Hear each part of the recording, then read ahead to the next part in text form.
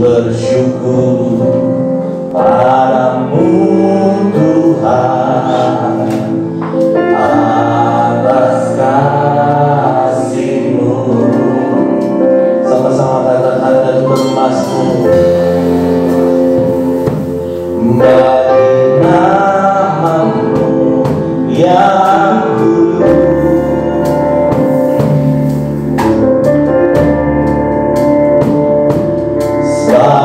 Engkau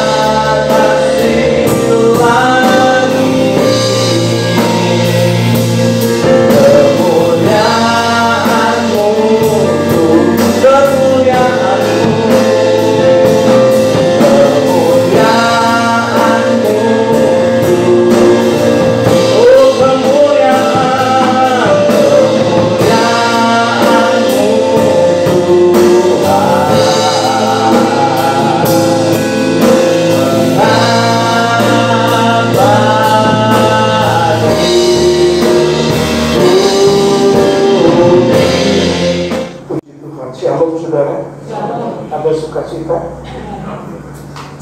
Puji Tuhan. Ada 3 orang yang pernah bekerja. Mereka bertiga sedang membangun sebuah gereja. Ada tukang batu, tukang kayu, dan satu lagi tukang listrik. Mereka tengah asyik bekerja, tenggelam di dalam kesibukan mereka. Datanglah seorang wartawan dan bertanya pada tukang pertama yang sedang mengerjakan pemasangan batu, "Apa yang Anda kerjakan di sini, Pak?"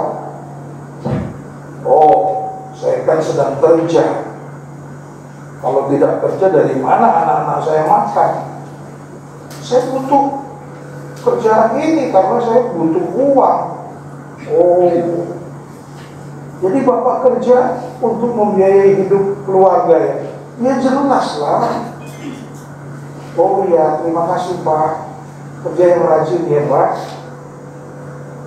Kepada tukang yang kedua, tukang yang sedang menyerut kayu, menyiapkan pintu dan jendela, wartawan ini tanya, "Anda sedang apa ini?" "Oh, seperti yang Anda lihat, saya sedang membangun sebuah gereja, sebuah katedral. Nanti katedral ini menjadi katedral yang tercantik di kota ini. Karena itu saya bangga saya bisa terhisap di dalam pembuatan gereja ini. Nanti anak saya dan cucu-cucu saya akan mengatakan bahwa opanya, ayahnya ikut bersama dengan tukang membangun gereja ini." Oh, luar biasa. Terus semangat ya. Anda adalah tukang yang baik. Terima kasih. Ini akan jadi gereja yang baik. Hadirlah di sini nanti. Lalu yang ketiga, yang terakhir, kepada tukang yang sedang memasang panel listrik. Wartawan ini pun bertanya pertanyaan yang sama, melontarkan pertanyaan yang sama. "Anda, selamat siang.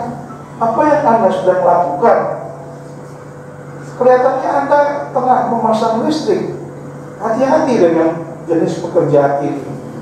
Anda tidak boleh sedikit pun lalai, sebab pertaruhannya nyawa Anda." "Oh tidak. Apa yang sedang Anda lakukan?" "Ya, saya sedang membangun pintu surga. Sebab orang-orang yang nanti datang di sini mengenal jalan menuju surga. Mereka yang beribadah adalah mereka yang menuju lewat pintu surga ini langsung bertemu dengan Tuhan."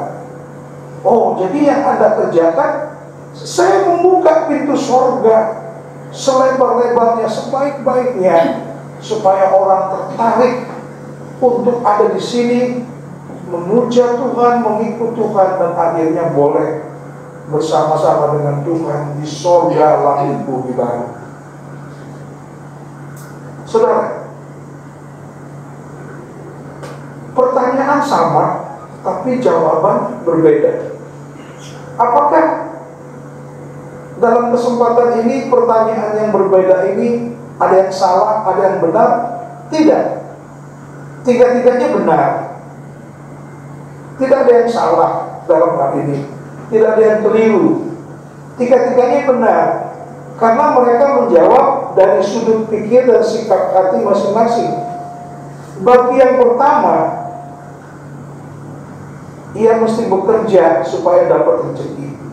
Bagi yang kedua, tukang cukup jujur, karena dia bekerja sedang membangun sebuah katedral, sedang membangun sebuah gereja. Tapi yang ketiga, yang tidak dapat dilihat, yang tidak dimiliki oleh yang ketiga, adalah ia justru melihat dengan mata hati yang ia kerjakan sedang membuka pintu gerbang surga supaya orang bisa lewat pintu itu menuju ke surga. Saudara, hidup ini, kata Paulus, bukan karena melihat dengan mata ini. Itu namanya optaka, dari mana kata optical diambil, tapi blepo, melihat dengan mata hati. Karena itu Paulus berkata, perjalanan orang percaya bukan dengan melihat, tapi dengan iman. Bukan melihat dengan mata jasmani, tapi dengan mata rohani, alias iman. Bukan dengan mata jasmani, dengan apa yang dilihat dan apa yang dipandang, tetapi dengan iman atau dengan percaya. Tuhan Yesus berkata kepada murid-muridnya, kamu percaya karena kamu melihat. Tapi aku berkata kepadamu, berbahagialah mereka yang percaya walaupun tidak melihat. Yang kita lihat sekarang serba susah. Uang sulit didapat, pekerjaan sulit didapat, pemecatan, bahasa kasarnya, mungkin bahasa halusnya, dirumahkan, stay at home. Tapi apalah bedanya? Sama itu pemecatan, dirumahkan, kehilangan pekerjaan karena tidak ada hasil sama sekali. Misalnya hotel, travel bureau, mana orang ada beli tiket jalan-jalan?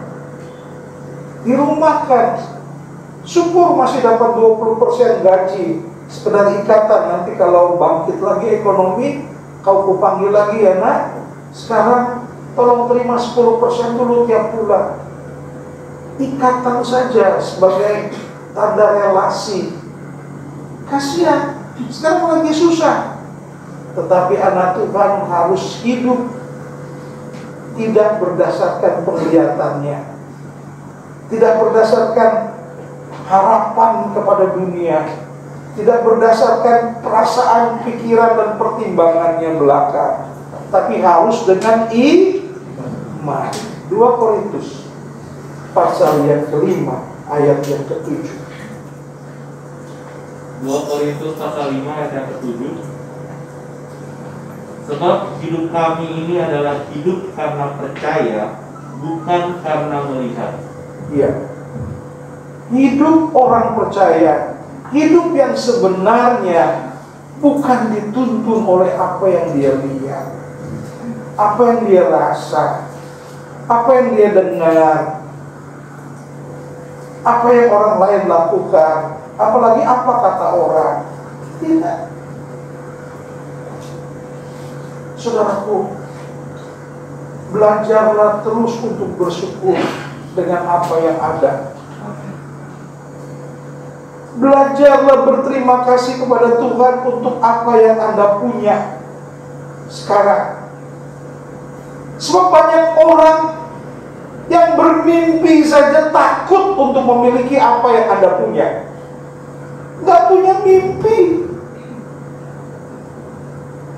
Karena itu, belajar terus untuk bersyukur dan mensyukuri apa yang ada, apa yang Anda diberikan anugerah oleh Tuhan, apa yang masih Anda miliki. Bersyukurlah, karena banyak orang hari-hari ini mimpi saja nggak punya karena ketakutan.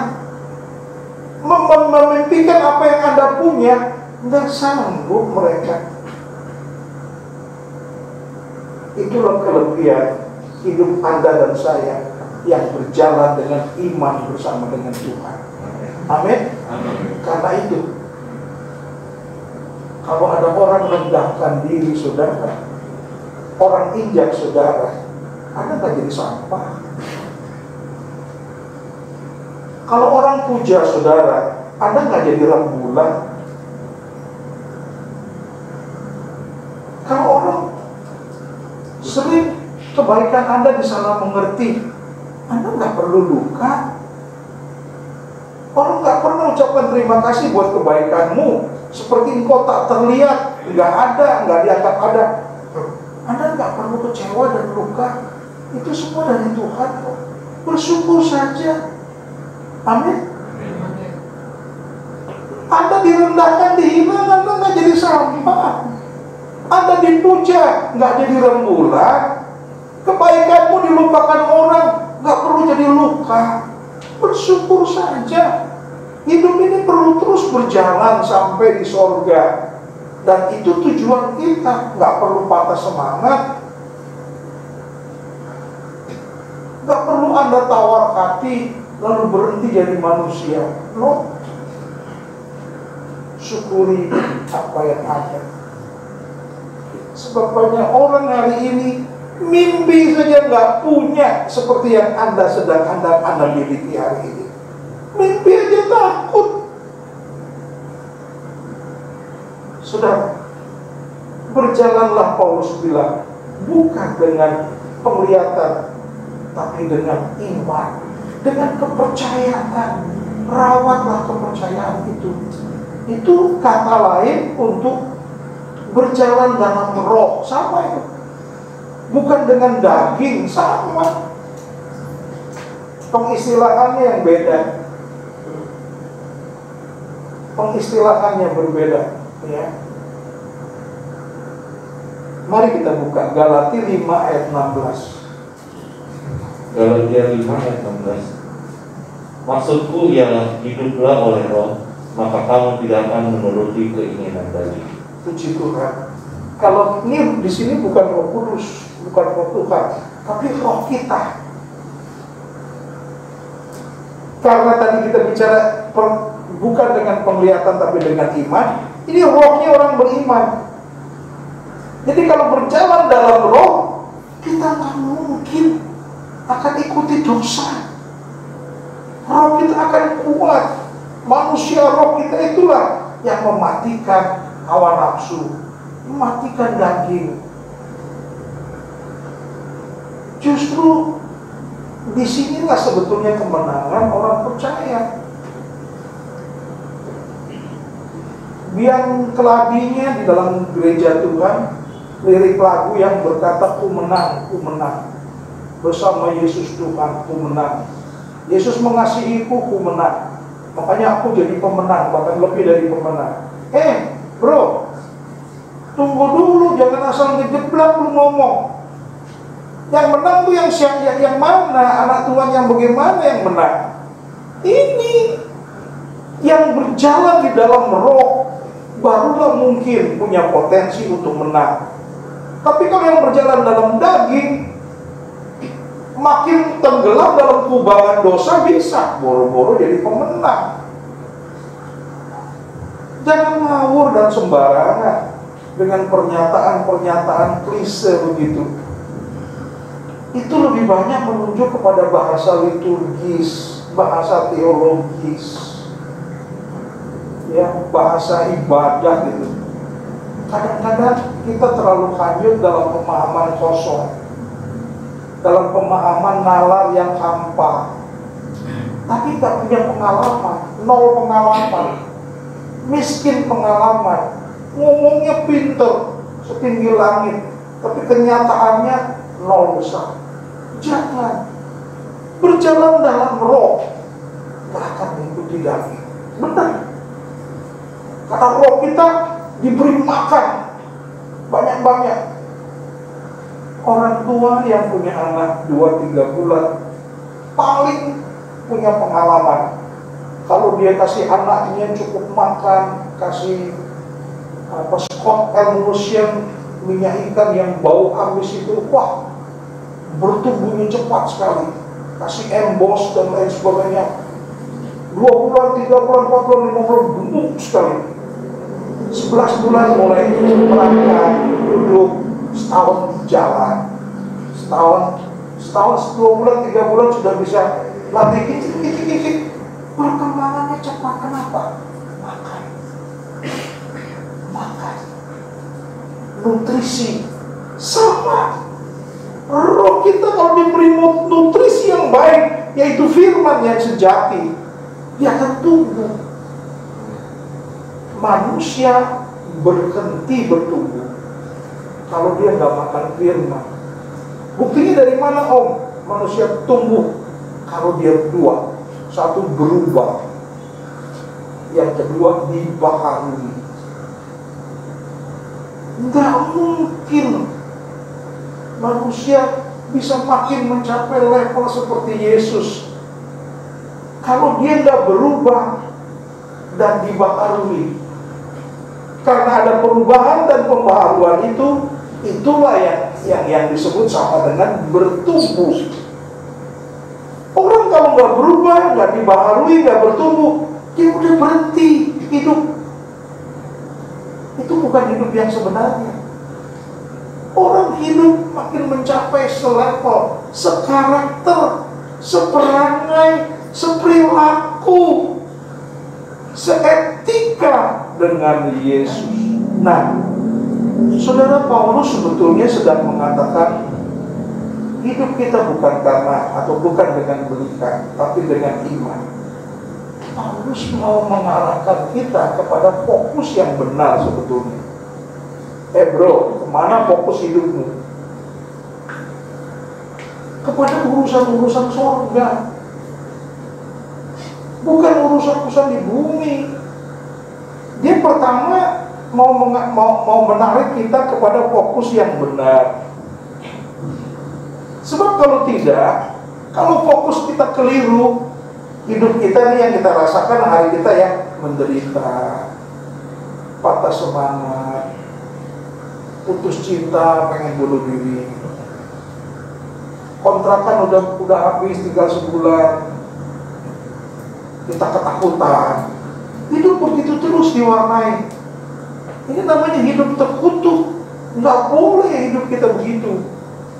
Hidup kalah itu, pecundang itu namanya. Kita nggak boleh dan bebas dari itu. Karena itu Paulus katakan, hidupmu nggak boleh dengan penglihatan. Fokusmu harus benar.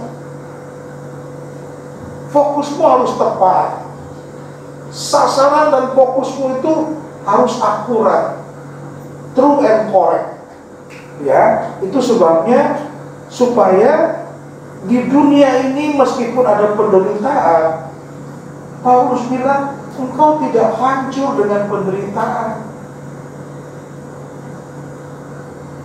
Hanya pemenang yang bisa tersenyum dengan berdiri kokoh di atas penderitaan.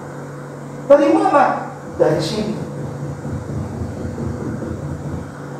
Hanya ia sang pemenang yang dapat tersenyum dengan gagah perkasa di atas semua penderitaan. Itulah gambar personifikasi dari umat Kristen sekarang. Gak boleh keok, gak boleh loyo. Baru nyanyi ku menang, seperti kerupuk kesiram air hujan. Ada kerupuk tadi ya? Jangan gitu Kristen kita itu. Udah akhir zaman, udah hari gini kok kekristenannya masih Kristen kerupuk. Jangan. Fokuslah.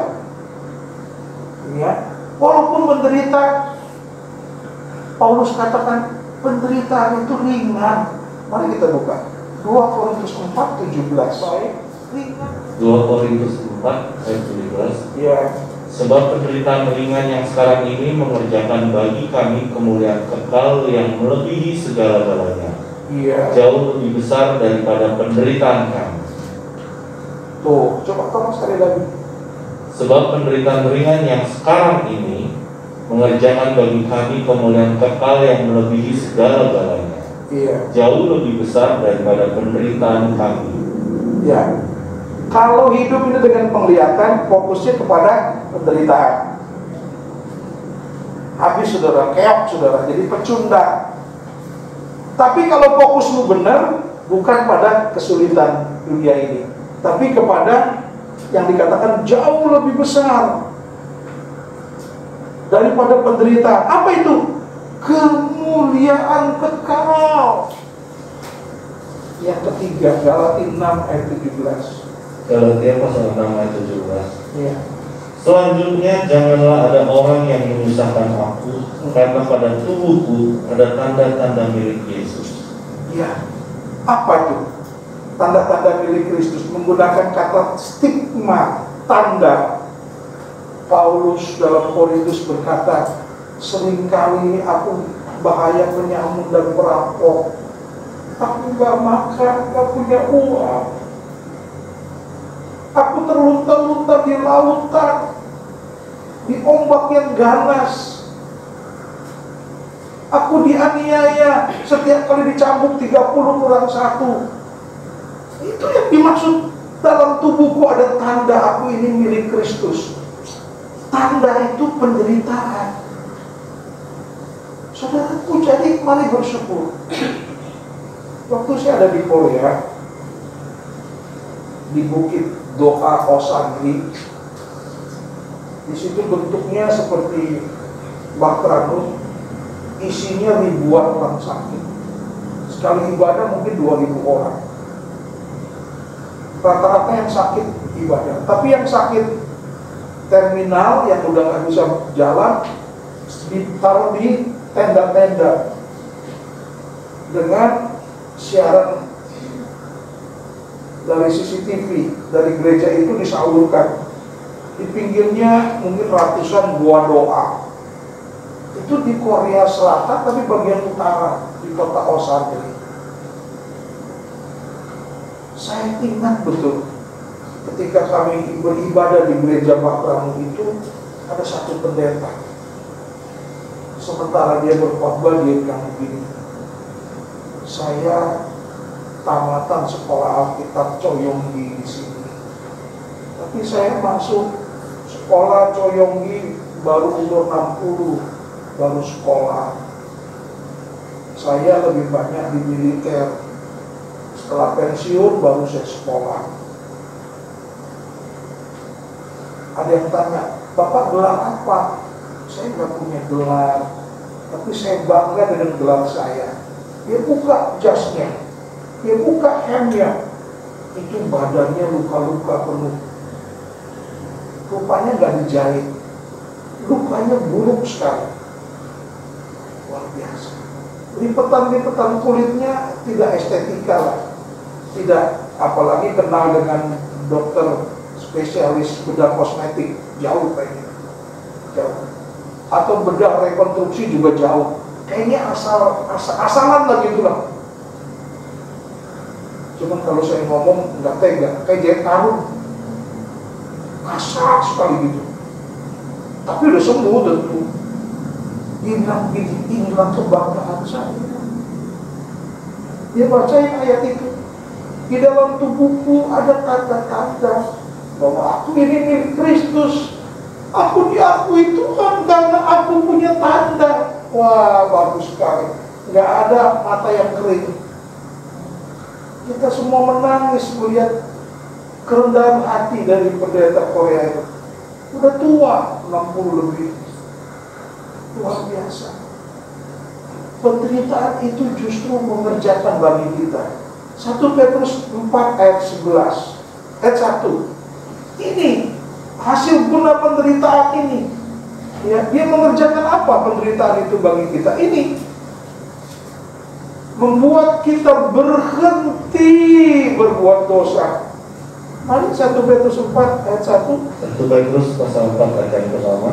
Ya. Jadi, karena Kristus telah menderita penderitaan badani, kamu pun harus juga mempersenjatai dirimu dengan pikiran yang demikian. Ya. Karena barang siapa telah menderita penderitaan badani, ia telah berhenti berbuat dosa. Nah, kenapa? Kenapa orang kalau menderita terus banyak tetap bersyukur pada Tuhan, dia mencapai level? Kenapa? Dia punya pikiran, perasaan, kesenangan Tuhan jadi permanen di dalam dia. Karena itu, karena seleranya sudah sama dengan selera Tuhan, akhirnya dia nggak perlu tanya lagi, Tuhan, saya mau lakukan ini sesuai kehendakmu nggak? Enggak. Otomatis seleranya pas dengan selera Tuhan. Karena itu dia bisa berhenti berbuat dosa. Ini sama dengan 1 Yohanes 3 ayat 9. Kita tidak bisa lagi berdosa. Saudara, orang percaya, saya dan saudara harusnya tidak takut menjadi miskin, tapi takut kalau nggak takut Tuhan. Takut kalau nggak hidup benar. Takut kalau melukai hati Tuhan. Orang percaya seharusnya tidak takut menjadi orang yang tidak memiliki kebahagiaan di dunia ini. Dia ingin kebahagiaannya lengkap dan utuh di surga. Sebab hidup ini tengah berjalan menuju surga. Jangan lupa itu. Saudaraku, orang percaya seharusnya tidak takut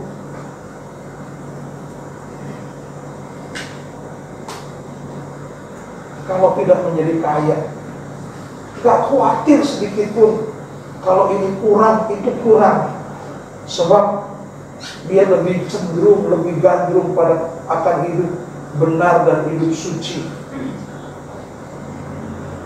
Orang percaya seharusnya berani menolak dosa, walaupun untuk itu dia merasakan ada sesuatu yang kurang. Berani bergaul, tidak bergaul dengan anak-anak yang tidak takut Tuhan, walaupun dengan itu dia dikatakan kuno, nggak tahu bergaul, fanatik. Jangan jadi Kristen fanatik. Justru Yesus itu meminta kita, kasihilah Tuhan dengan sebulat hatimu, dengan segenap jiwamu, dan sekuat tenagamu. Kata bentuk ekstrim. Karena itu dia sudah mati, nggak serahkan tubuhnya sepotong-sepotong, berikan nyawa sekaligus. Itu bentuk ekstrim. Jelas layak dan pantas kalau dia minta kita mengasihi dia secara ekstrim, radikal, habis-habisan, dan totally. Betul tidak? Saya rasa nasihat neraka yang berkata, lu jadi Kristen, jadi jemaat Pak Rosadi, jangan fanatik lu. Justru saya harus fanatik. Dia mengajar benar. Saya harus cinta Tuhan, bela kerajaannya habis-habisan. Kenapa saya nggak harus fanatik? Yesus sudah fanatik mengasihi saya. Betul nggak? Halo, betul nggak? Kalau fanatik ini penuh ini. Bahkan harus buka lagi cari tempat buat duduk.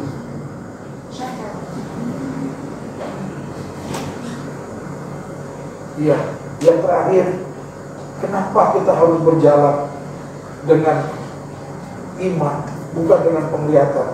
Karena hari-hari ini makin banyak orang-orang Kristen yang imannya fantasi, imannya hayalan. Sudah rajin ke gereja, merasa dia sudah pasti masuk surga, dia sudah menjadi umat pilihan, lalu tidak mengerjakan imannya itu. Dan ini fatal, ini sangat menyesatkan. Sangat menyesatkan. Orang percaya fokusnya nggak boleh keliru. Bisa katakan amin? Bisa katakan amin? Iya, fokusnya nggak boleh keliru.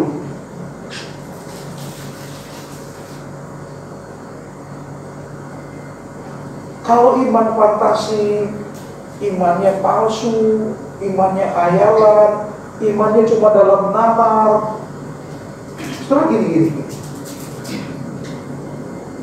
Kekristenan itu beda dengan agama-agama di sekitarnya. Agama-agama di sekitarnya itu ada sunnah rasul, rukun iman, atau rukun apa. Hubungannya dengan Allah ditulis dalam hukum dalam bentuk syariat dan lain sebagainya. Tapi dalam kekristenan, doa Bapa Kami bukan hukum. Bahkan itu bukan doa, itu hubungan kita dengan Tuhan. Jadi kita tidak diikat oleh hukum. Orang Yahudi hukum namanya Mishnah dan Torah. Kita enggak, kita apa? Hubungan. Kita belajar mengerti pikiran, perasaan, keinginan, selera hati Tuhan. Hubungan. Karena itu Matius 7 ayat 21, 22, 23, aku tidak kenal engkau, hai pembuat kejahatan, pergi kau tidak layak masuk surga. Padahal dia sudah usir setan, pintar berdoa, lakukan mujizat. Tuhan bilang, aku nggak kenal kepadamu, karena hanya orang yang melakukan kehendakku. Itu pasal hukum bukan? Bukan.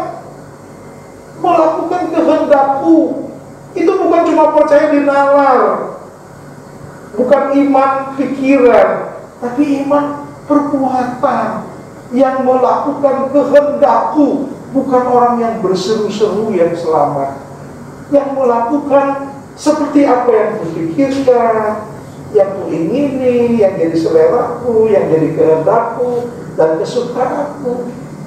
Puji Tuhan. Saudaraku, jadi mari kita berjalan dengan iman dan fokus kepada surga. Bisa katakan amin? Amin. Kalau saya tanya, Anda lagi ngapain? Kok kura-kura dalam perahu, Pak? Saya kan lagi ibadah. Itu kan seperti jawaban tukang. Anda lagi ngapain hari ini? Silakan jawab. Dari jawaban Anda, saya tahu Anda hidup dengan penglihatan atau dengan iman. Anda lagi ngapain hari ini? Membangun hubungan. Ya? Membangun hubungan. Membangun hubungan, bagus. Bagus. Horas, Pak. Bagus itu. Anda lagi bikin apa hari ini? Ya, tampaknya sedang berjalan ke surga. Karena Tuhan bilang Bait El, kebetulan nama gereja kita Bait El. Pintu gerbang surga itu namanya Bait El. Sekarang aku sedang berjalan menuju surga. Aku sedang dibekali untuk perjalanan menuju surga. Kelihatannya ibadah benar, kelihatannya menyembah Tuhan benar. Kita sedang membangun, kata Pak Lukas, benar.